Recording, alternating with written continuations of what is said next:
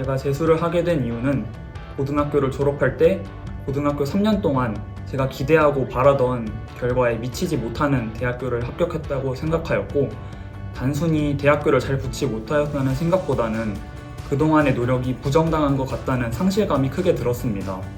제 20대를 시작하는 경험이 되는 대학 입시에서 상실감과 실패감보다는 노력과 결실로 채우고 20대를 시작하고 싶어서 재수를 결심하게 되었습니다. 기숙학원이 아닌 통학학원을 선택하는 데 있어서 가장 중요한 부분은 통학 환경이라고 생각합니다.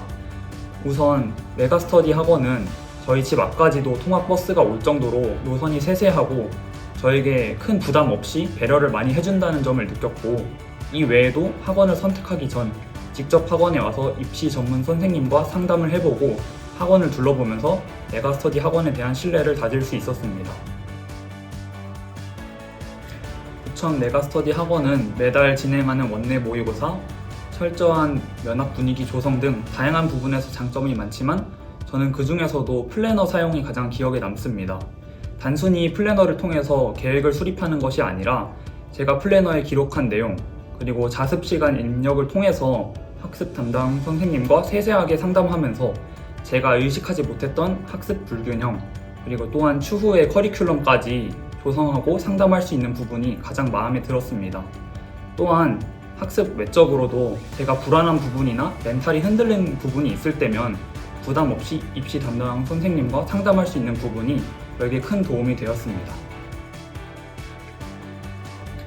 공부하는 데 있어서 가장 중요하게 생각한 생활 원칙은 수능 시간표와 하루의 시간표를 비슷하게 가져가는 것이라고 생각했습니다. 그 중에서도 특히 아침 시간에 국어 공부를 하는 것을 가장 중요하게 생각했는데요. 수능 국어날 7시 30분부터 8시 10분까지 예열 지문을 풀게 되는 시간에는 실제로 공부할 때에도 가벼운 국어 지문 한 지문을 읽으며 하루를 시작하고 선택 과목을 한 지문씩 한 세트씩 문제를 푸는 것을 반복하여서 국어 공부량을 지키려고 철저히 노력하였습니다. 재수를 하는 동안 항상 내가 올바른 방향으로 나아가고 있는가, 그리고 수능이 점점 다가오고 있다는 불안감에 휩싸였던 것 같습니다.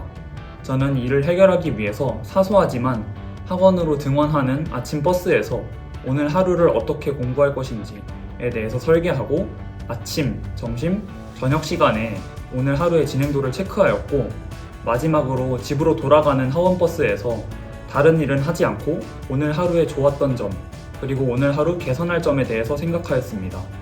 그리고 이를 다음날 반영하여 더 나은 하루를 살기 위해서 노력했습니다. 사소하다고 생각할 수 있지만 하루를 계획하고 그것을 완료하고 작은 성취를 쌓아 나가는 것이 자신과의 신뢰를 회복하고 수능을 위한 자신감과 생동감을 불어넣을 수 있다고 생각하였습니다. 국어 과목에서 안정적인 고득점을 이뤄내기 위해서는 수험 기간을 시작하면서 짧으면 한 달 반에서 2달, 길면 3달까지 국어 기출을 잘 활용하는 것이 중요하다고 생각합니다. 국어 지문을 읽고 선지를 읽은 후 문제를 푼 뒤 바로 채점을 하지 않고 제가 지문을 읽으면서 해낸 생각, 그리고 선지 하나하나를 처리하면서 어떤 논리로 답을 찾았는지 자세하게 적으려고 노력하였습니다. 이후에는 해설지에 있는 생각과 제 생각을 비교하면서 어느 것이 더 좋다기보다는 저만의 국어 풀이 방법을 형성하려고 노력하였습니다. 이렇게 공부하는 것이 추후에 어떤 형식으로, 어떤 난이도의 시험이 나오든 고득점을 항상 유지하게 해줄 수 있었던 것 같습니다. 재수를 하는 올 한 해의 경험이 여러분 자신을 신뢰하고 더 큰 도약으로 나갈 수 있게 하는 근간이 될 거라고 생각합니다. 재수를 하는 1년 동안 포기하고 싶을 때도 많을 거고 자신에 대한 의구심이 들 때도 많을 거라고 생각합니다. 그렇지만 이번 1년이 그저 흘러가는 시간이 아닌 쌓여나가는 시간이라 생각하고 치열하고 독하게 임하시길 바랍니다.